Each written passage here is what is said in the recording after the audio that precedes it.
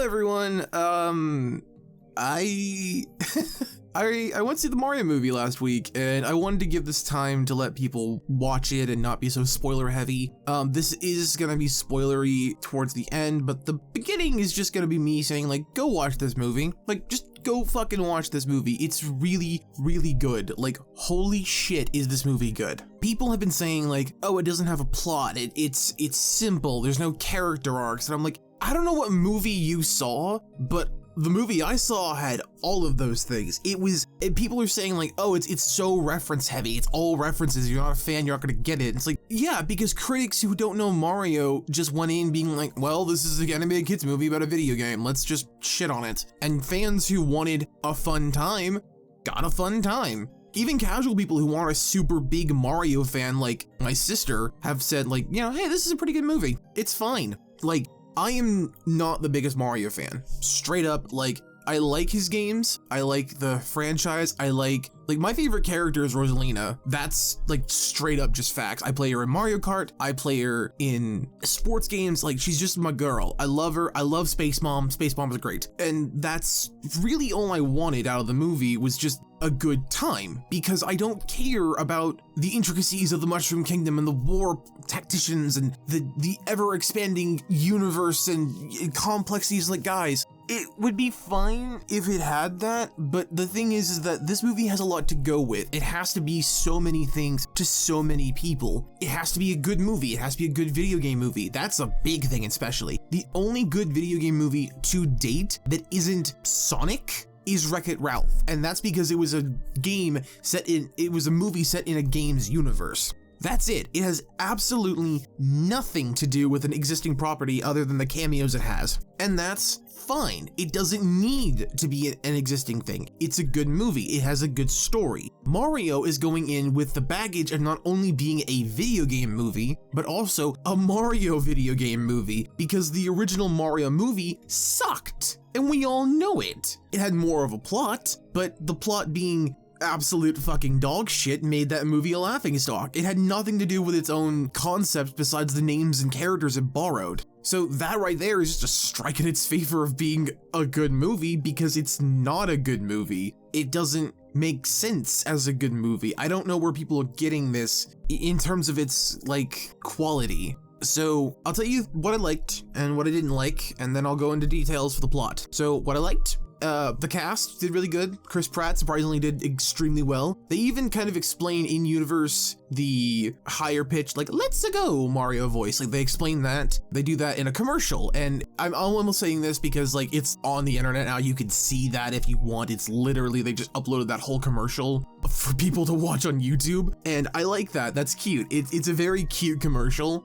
It explains why his voice isn't super let's go the entire time. Speaking of let's go, Charles Martinet gets a cameo. Like, in the first second after that commercial, the boys are just talking about it, and he's like, hey, you know, he's playing, I think he's literally playing Donkey Kong or something, and he's wearing the old Jumpman uniform and does a pose and goes, wahoo! And like, I've seen people lampoon this super hard, and I have absolutely no idea why. He's Charles Martinet, and everyone was so pissed he wasn't gonna be in the movie, so they dissuaded that fear by having him be the first literal thing you see after the commercial that is about the character he's been voicing for 40 fucking years, basically. I don't know why that's a bad thing. Not to mention, he comes back later in the movie as like a mini cameo again. He says like, I think 1 or 2 words at that point, but that's still a pretty good thing for the voice to get. Like, they paid homage to him respectively, and it wasn't patronizing. It was a very kind of blink and you'll miss it. And for people who don't know who Charles Martinet is, like, you know, my family or my boyfriend or anything like that, you don't know who that is, so it comes off as a bit weird, but for fans who can place the voice, that's great.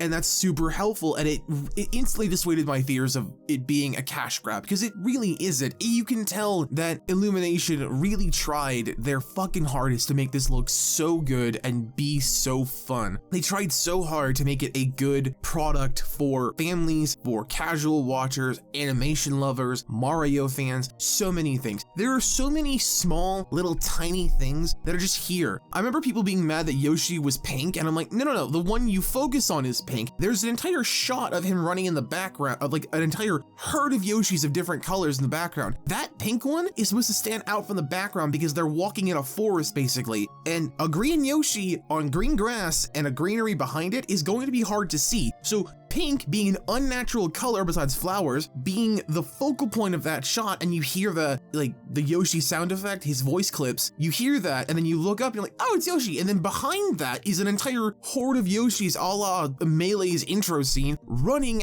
across the screen, and it's just good representation because it's subtle enough that it's not intrusive, but it's there enough, and I understand the artistic placement of that color in a scene that is contrasting that, because pink is just a light red at the end of the day, and green and red do really complement each other. So I get that, I get what they were going for. So having said that, the only things I didn't like was that Luigi was sidelined. Everyone said that's just a big concern, but I get it because I want to set up the world and all that, and you want to see Peach, Mario, and Toad interact, and Luigi, while not a super big player in a lot of things, is going to make that three-man dynamic harder to get across when you have to add the fourth in. Donkey Kong, being in the movie as much as he was, kind of was less intrusive on that three-man dynamic, whereas he was more Mario's like rival character dude thing. And I liked that a lot. It was more like Mario had a second dynamic with Donkey Kong that was independent of his dynamic with Peach and Toad. Toad kind of just stopped mattering after a while. Like, I didn't hate it, but he wasn't what I was there for. I think Keegan-Michael Key and Charlie Day should just flip their roles. I think that would have made more sense. I love Charlie Day's Luigi, but Charlie Day has such a natural voice for Toad. I said since day one that he should have just been Toad. Keegan-Michael Key could have probably done a really good job for Luigi. I think Luigi's voice would have worked really good as Keegan-Michael Key, but that's just a me thing. Speaking of voices, the only voice I didn't flat out like was Anya Taylor-Joy's Peach, and it has nothing to do with her as an actress. She's a lovely woman. She's got a great range. She's got great performance. Good set of pipes on her too. What I mean is that Peach has this like, hi, I'm Peachy kind of voice, and she doesn't really have that low range. I honestly think that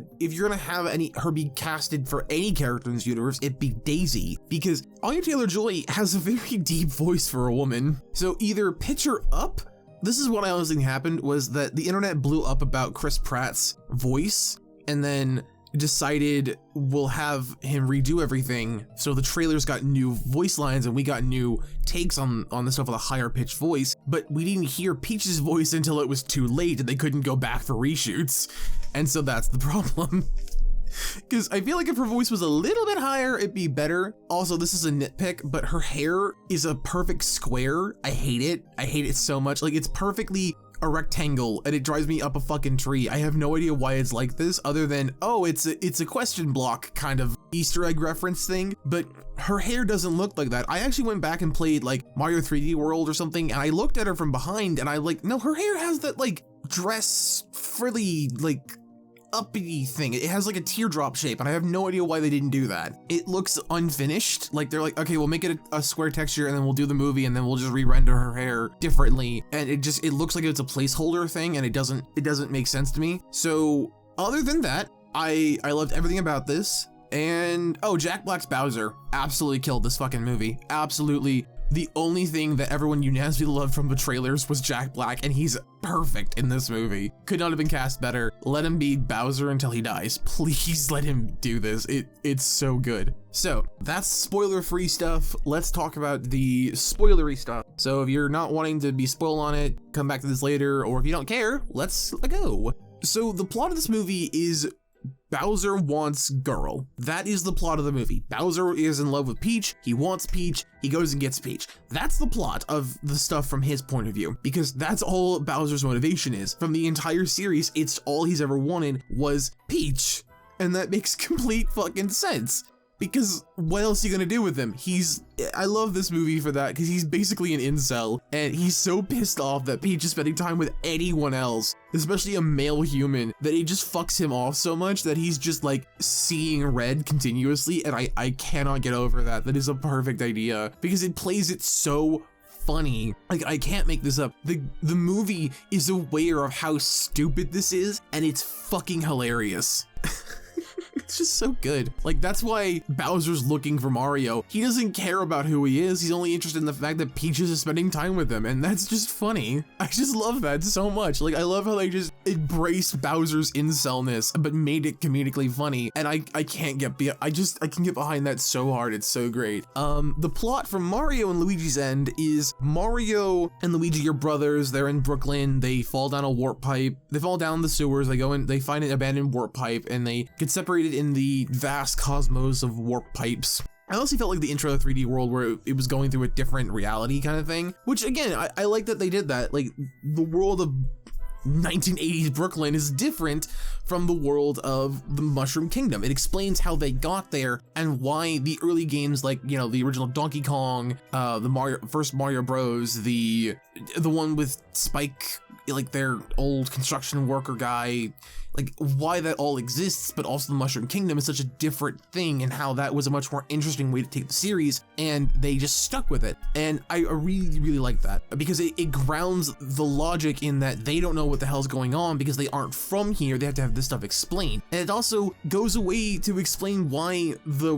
weird gamified aspects of the world are just there. And this is something that people got mad about, and I really don't get this. Like, well, they just don't explain it. They just say that it's part of the world. And I'm like, yeah, because it's a fantasy world, guys. You don't have to logic your way into everything. It's literally magic based on a game. I really, really don't give a shit about that. Like, it's fine. It doesn't need to be explained. It's a floating block that gives you a mushroom that makes you bigger. Why does that need to be explained scientifically or logically? It's not meant to be logical. It's a game mechanic that they had to put into a movie. And if you didn't explain the game mechanic of how the mushroom works, the fire flowers, the ice flowers, the anything else they show doesn't make sense. Like, I'm just confused on what you guys are mad about. And maybe I'm giving it a pass because it is a Mario game, but like, I went in, and I also like this thing where like they explain in Peach's backstory that, you know, she came here as a child, which there's a bunch of like baby Mario and Luigi scene. There's like the baby Mario and baby Luigi scene, and then there's a baby Peach scene, and I'm like, oh, they actually got that in. That's so cute. I love that. I love how they actually put the effort in to have like even the babies represented, but not go through the time travel shenanigans. That's cool. I love that crap. So she has no idea why this stuff is here because she came here as a 3-year-old, and the Toads have no fucking clue because this is just how they fucking operate. Okay, put it this way. It's no different than in like Skyrim or something where like there's just magic. You don't need to explain why the echoes are a thing other than them being a thing. Like, you don't need to be explained that, oh, the echoes are just this thing or the shouts or whatever the fuck they are, because they're just there. You don't need the Soulsborne series to tell you why you can shoot fucking magic, because it's just magic. It's the established thing in fantasy, so why does that matter? Why? I'll go with a movie example. You don't need to explain how in Sleeping Beauty, Maleficent can just curse Aurora because she's a witch and it's magic and that's all you need. Well, she's a fairy, but still, like, you don't need to explain to me the magic concept behind it because it's just fucking magic. This is why so many movies and games get bogged down in their lore, because people focus on that and it doesn't need to be focused on. It's a fucking question block, guys. You know what it does. The games never explained it to you. Why the fuck would the movie have to? And even if the games did explain it, besides that weird fucking manual from the, I think the 80s or 90s, do you really want to be killing people? Like, do you want Mario to keep hitting the block to kill people to get a mushroom to make him bigger? Because I don't think you want that, because that's not going to help anyone out at all. So yeah, people didn't like that, and I don't know why. I talked about how the plot was Turtle wants princess. That makes complete sense. That's his motivation. But on Mario's end, they actually gave him a character arc, and Luigi. So Luigi's got his fear thing. We all know that. That's pretty established, and that's not hard to do. Mario has this family, besides Luigi, that's just telling him he's never gonna make it. You know, you're never gonna get where you want. Like, very generic kid movie motivation, but it's a motivation that works for making him like the protagonist of a movie, and it's a very different direction for his character. Like, Mario's always been like, it's a me, Mario. Like, he's always been confident, he's always been assured, he's always been Mario, but now you have to give him a motivation that works, and this one is different than we would expect, so it throws us a bit of a curveball. And the whole movie, he sucks at platforming until the end, and he's not very good at it, and he fails the obstacle course like 1,000 times. Peach gets it immediately. I'll get to Peach in a second, but like, I like the fact that he had to stand up to Bowser. in a way, like he's never met him until the wedding at the end, but he had to stand up to them in a way that was different than him standing up to Spike, because Spike is just a dude and he's their former boss, and that's just talk. This guy means to kill you, and he's a giant fire-breathing turtle. That shit's scary, and he just has to get up and keep going, and he's already beaten up pretty badly when he retaliates, and I like that a lot. I see where they were going for that. It was a confidence story. You know, this is the origin of how he becomes the Mario we see him in the games. So it's not a very deep arc, but it's an arc nonetheless, and I think it's something that the movie really, really needed, and I'm really so mad that people aren't seeing that. I know this is going on for quite a while, and I want to talk about this in a full, like, traditional review. This is more just my general rambling thoughts I give on something when I first see it. But when the Blu-ray comes out, I'm definitely gonna do like a actual review of this movie, and also a bit of a clapback to the backlash it's getting for no reason. The girl bossed Peach, which I thought was really cool. I knew they were gonna do it. I could kind of feel it. I'm like, they're either gonna have her be a damsel or they're gonna girl boss her, and they girl bossed pretty well. They didn't girl boss too close to the sun. They did her justice. She's an expert platformer. She incapacitates Bowser at the wedding. She gets this awesome. Okay, so I think. So they put Bowser in the Mario Odyssey outfit for the wedding. Like, I just love that so much. And then for Peach, they gave her this like simple down like one layer dress that doesn't reflect the Odyssey dress. And I really wish they had done that, but it's also harder to move around in that thing. Given her normal dress is pretty hard to move around anyway, but they gave her like a simple number because like it was a very hashed together wedding, literally in like half an hour from their time. So I'm not mad at that, but it also, she uses an ice flower to incapacitate Bowser, and it turns this nice like icy blue thing. I love it. I love that so much. It was so cool. The humor on this movie is so good. I loved the Rainbow Road section. There are a lot of 80s music sections though, and I don't know why. Like, they just have Take On Me when you could have just had the Donkey Kong rap play. Like, they had the Donkey Kong rap for DK, but they could have just played like the Donkey Kong rap in the part where you're driving through the city, but also you could have just used the DK jungle theme or the Diddy Kong racing theme. That would have been fun. Like the Diddy Kong main menu theme, and that would have been a nice nod to the Donkey Kong franchise aside from the DK rap, which